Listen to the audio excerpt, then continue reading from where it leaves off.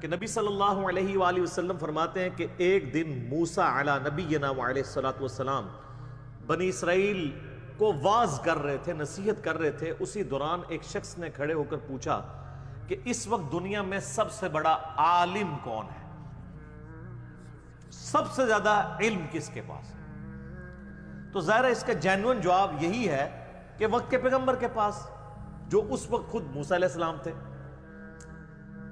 تو یہ clear cut یہی جواب بنتا تھا، اور موسیٰ علیہ السلام نے بھی یہی جواب دیا کہ اس وقت سب سے بڑا عالم میں ہوں۔ لیکن سر، پیغمبروں کی شان اس سے بڑی عرفہ و اعلیٰ ہوتی ہے۔ پیغمبر گاڈ اورینٹڈ ہوتے ہیں۔ اللہ تعالیٰ کو یہ موسیٰ علیہ السلام کا جواب ناپسند ہوا، اور بخاری مسلم کے الفاظ ہیں، اس جواب کی وجہ سے اللہ تعالیٰ نے ان پر عتاب فرمایا، غصہ فرمایا کہ تم تو پیغمبر تھے، تمہیں چاہیے تھا تم علم کو اللہ کی طرف منسوب کرتے۔ ظاہر ہے موسیٰ علیہ السلام نے آگے سے کوئی جسٹیفائی نہیں کرنا تھا کہ یا اللہ یہ تو مخلوق کی بات ہو رہی تھی، تیرا اور میرا کمپیریزن ہی کوئی نہیں ہے۔ لیکن پیغمبروں سے یہ ایکسپیکٹ کیا جا رہا ہوتا ہے کہ وہ گاڈ اورینٹڈ ہو، کیونکہ انہوں نے مخلوق کو گاڈ اورینٹڈ کرنا ہوتا ہے۔ یہاں آپ کے بابے دعوے کرتے ہیں، بابے سر کی تو نظر بھی نہیں آتے دور دور تک۔ یہاں وقت کا پیغمبر، اولو العزم پیغمبر، 5 اولو العزم پیغمبر ہیں سورہ شورى کے اندر۔ نمبر 1 امام اعظم محمد رسول اللہ صلی اللہ علیہ وآلہ وسلم۔ نمبر 2 سیدنا ابراہیم علیہ السلام۔ نمبر 3 سیدنا نوح علیہ السلام۔ نمبر 4 سیدنا موسیٰ علیہ السلام، اور نمبر 5 سیدنا عیسیٰ علیہ السلام علیہم السلام اجمعین۔ سبحان ربک رب العزت عما یصفون وسلام علی المرسلین والحمد للہ رب العالمین۔ یہ بیسٹ درود ہے جو قرآن میں سورہ الصافات کی آخری 3 آیات ہیں۔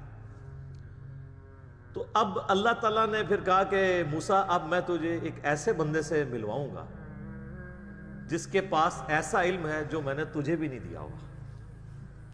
اللہ، اور اس کے لیے نشانی مقرر کی کہ تم اپنے ساتھ ایک بھنی ہوئی مچھلی رکھ لینا، اس کے ذریعے ہم نشانی ظاہر کریں گے، اور ہمارے اس بندے سے تمہاری ملاقات ہوگی اس جگہ پر جہاں پر 2 دریا آ کر ملتے ہیں، وہاں پر تمہیں ہمارا وہ بندہ ملے گا۔ یہ جتنی باتیں میں نے کی ہیں یہ بخاری اور مسلم میں۔ قرآن میں جو واقعہ سٹارٹ ہوتا ہے وہ اس کے بعد سٹارٹ ہوتا ہے،